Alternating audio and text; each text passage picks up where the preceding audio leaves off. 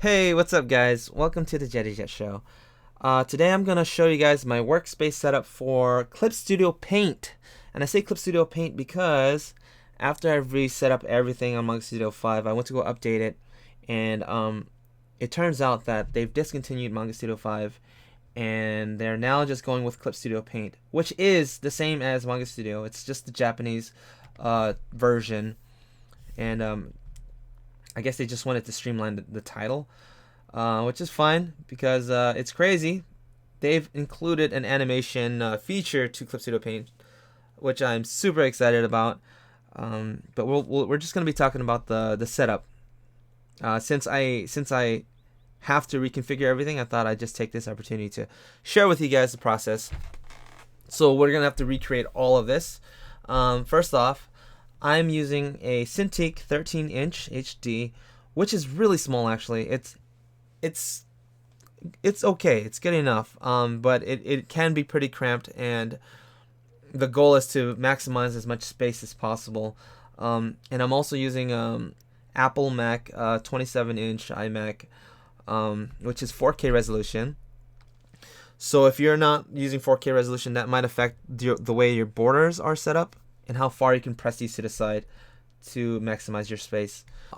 I know on my PC laptop, it's a 17-inch laptop, but it doesn't get this much space.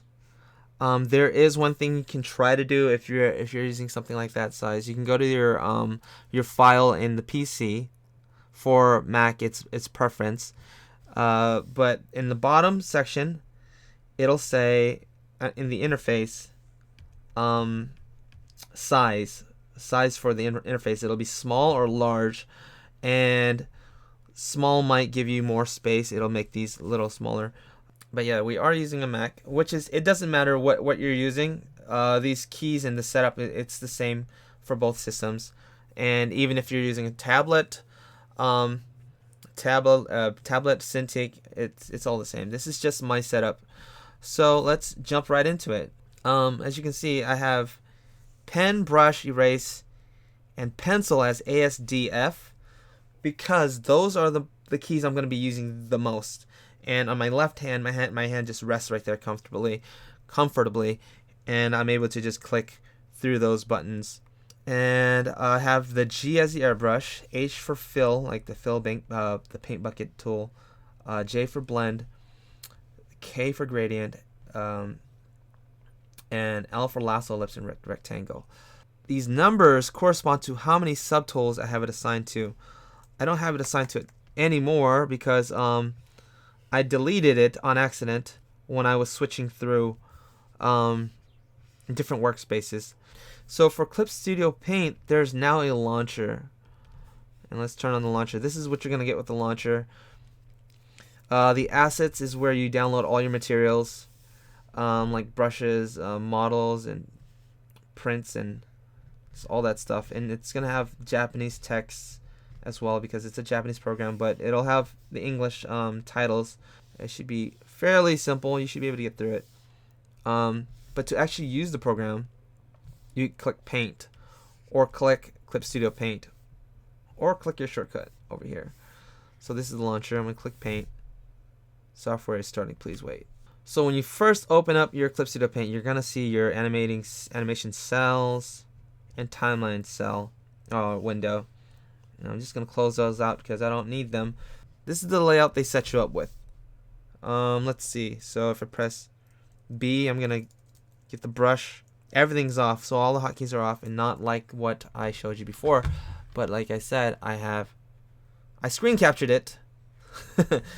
Oh yeah, one thing I'd like to mention is I have my cintiq as my main desktop, so that when I open up MangaStudio, everything opens up on the cintiq by default, and I don't have to drag these actual windows down to like my cintiq.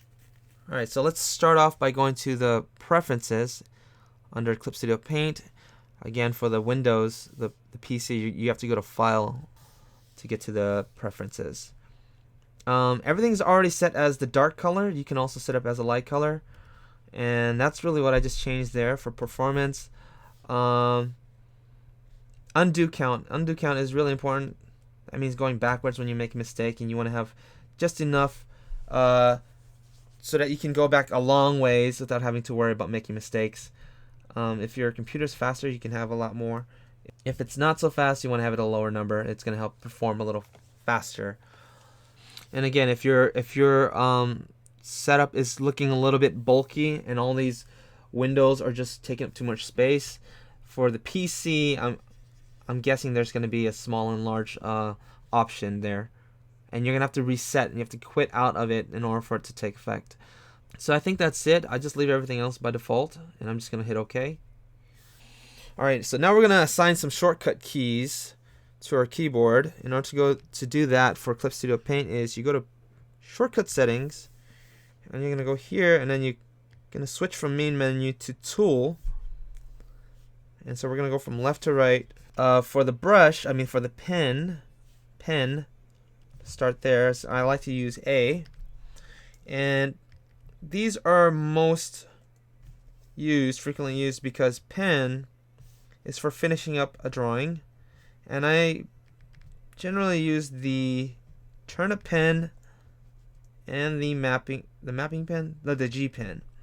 So I'm going to set them all up as A. So I press A, and that'll get me to those tools. But if I click through it, it'll cycle through those options to those subtools. And I only choose 2 because I don't want to have to click 6 times to get to the one I want. And so I try to limit the amount of tools I use. And if I need anything else, I'll just tap on it. All right, going back to the tools. Next is the brush. Just double click it here, and I'm gonna set it as S for my ring finger. And for the brush, 2, that's what these numbers represent. They represent how many subtools they are assigned to. So for the brush, I only use the watercolor brush really, and I use the transparent one, so I press S, and I use a dense one, S. And so, you can experiment and choose and play with it, and maybe you like something else, and you can just assign it to however you like. Eraser is going to be D, and there's going to be 2 types of erasers, the hard eraser and the soft. That's really all I use. Let's keep going. So for F, it's the pencil. Pencil's P. That jumps all over the keyboard, if you imagine. But if I'm always using it, you want it right there in your fingertips, in your palm, and you don't want to have to move your hand around. So F. So I have it as the top F. I use a darker pencil, lighter pencil, and the colored pencil. I think the rough pencil looks a little too textured, so those are the 3 I like to use. So the airbrush is G now, and I think there's 2 airbrushes I use. G, G. You don't have to do the first one actually. You can just leave that blank. That's if you want to cycle through the different subtools. So for example, if you're using a pencil, there's pencil and also pastel, and if you press F here, it'll also cycle between the subtools before you go to the different types of pencils. So for example, I press F, F, F, and it goes to the pastel. F, F, pastel. Like that. But I don't want that. See, now I have to click 4 times, and it just takes forever to get to my rough colored pencil. So in order to remove anything that you want to change is you just click on it and you delete the shortcut, and it's gone. For blending, I like to use J. It just goes right across. Blending is really just use 2 types of blends. I use the blur, and I use the blend and I use the blur. They're different. Blending is for mixing edges together. Blur is to make them kind of defocused. And then K for gradient. I rarely use gradient. Maybe for setting up something a little more graphic, or maybe for the background or something, but I rarely use it, so I just put it as K. And all the way on the other side of the keyboard is the lasso. And in MangaStudio it's called marquee. So we're just going to change that to L on marquee. I use the rectangle. I use the ellipse. You gotta double click it. And the lasso. Now for the eyedropper, I like to make that E for eyedropper. For eye. E for eye. Instead of eye way over the other side.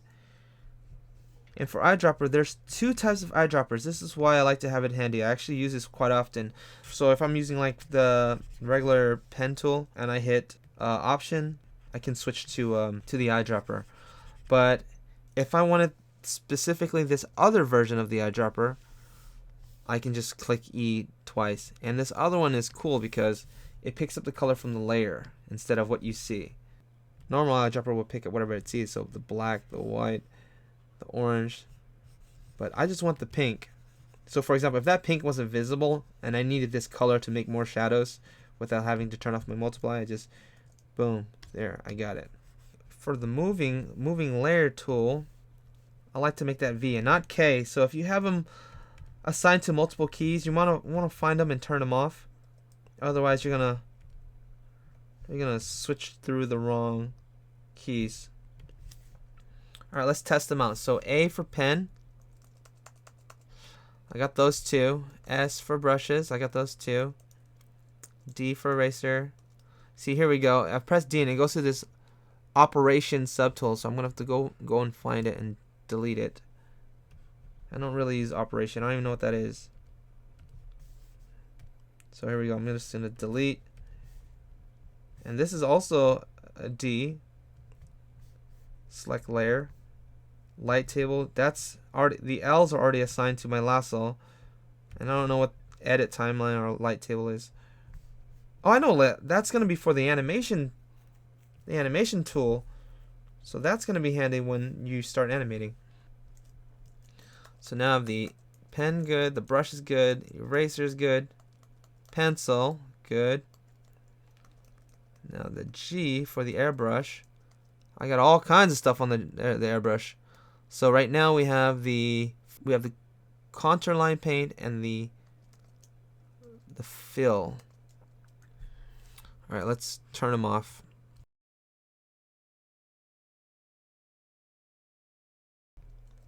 So there we go. We just have two types of airbrushes.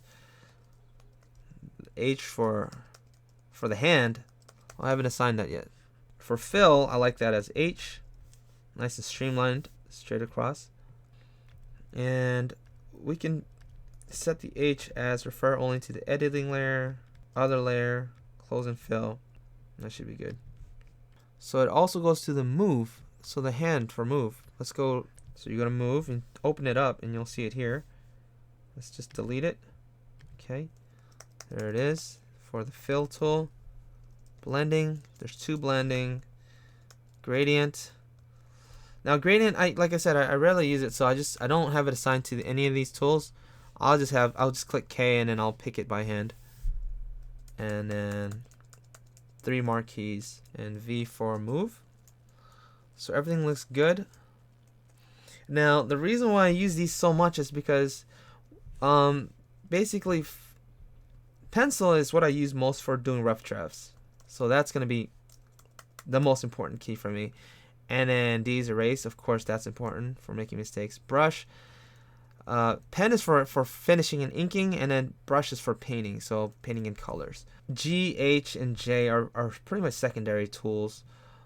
K I rarely use. L is lasso for editing and manipulating things. I is right there, easy to get to. V. So now it's all pretty much in one area, and I have to move my hand around, and it'll take some practice for you to get used to it, but you just use it a little bit and you should be able to get it pretty quickly. When you're switching between tools, when you're cycling through them, maybe you don't want the G pen to pop up as first every time. You're like, you know what? Or like for example, the pencil, especially the pencil. Let's use this for an example.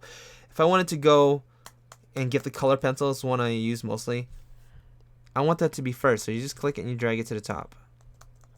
So now it's the first. And this mapping pen, it doesn't matter if you move this and the mapping pen's underneath. It still just cycles through those two. Brushes. transparent brush. I like the dense brush first, so I'm going to put that on top. And let's move this out of the way just because. Alright, so now that you have all your keys set, let's try and optimize this workspace a little bit better.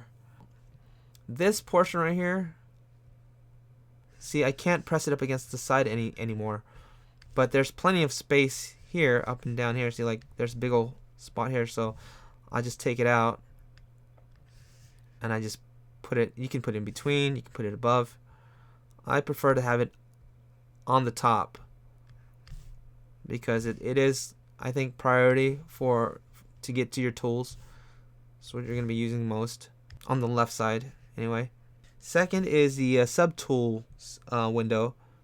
So if I use like my pen, you can see which pen's being selected.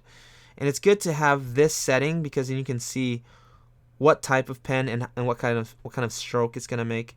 There is also another way of showing it. You can use tiles, but then you don't really get to see how it looks.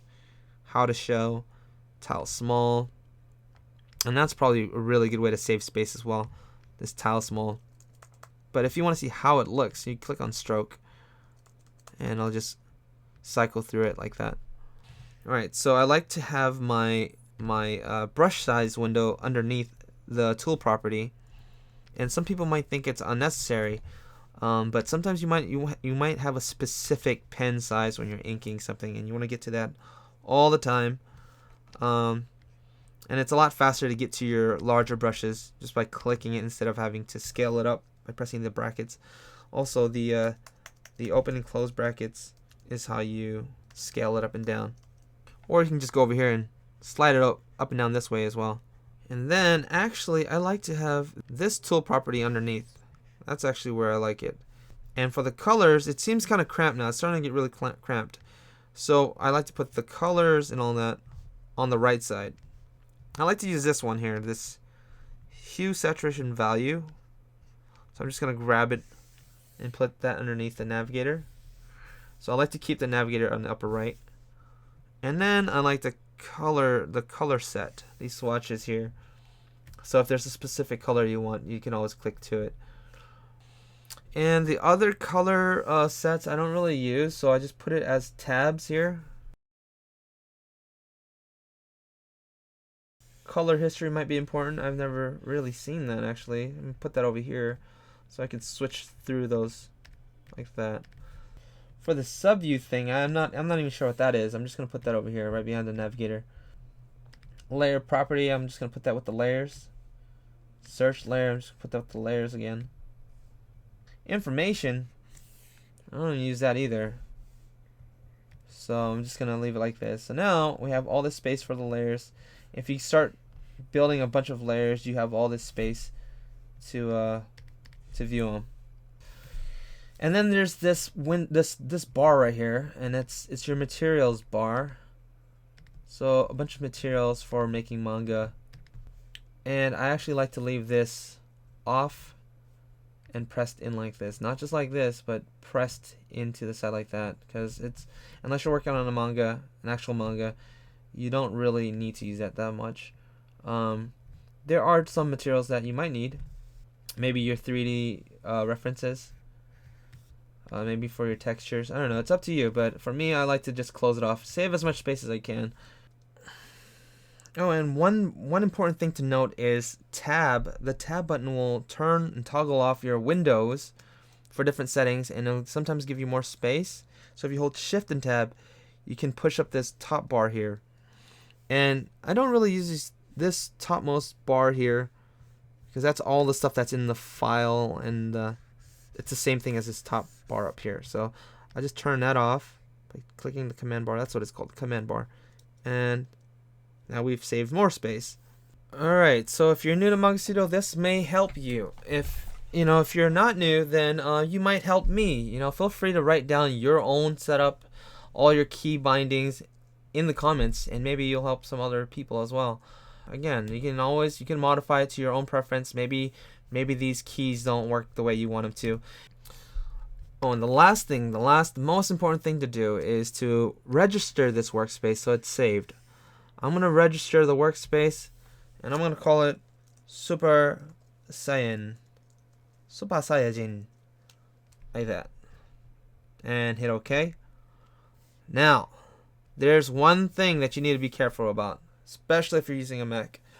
Otherwise, you're gonna delete all of your setup, and then you're gonna have to do it again and watch my video all over again. And that would be awesome. So the one thing you need to be careful about is when you switch out to different workstations or workspaces, so you're gonna get this sign right here. It's gonna say, by importing workspace palette layouts, you can select following items to import.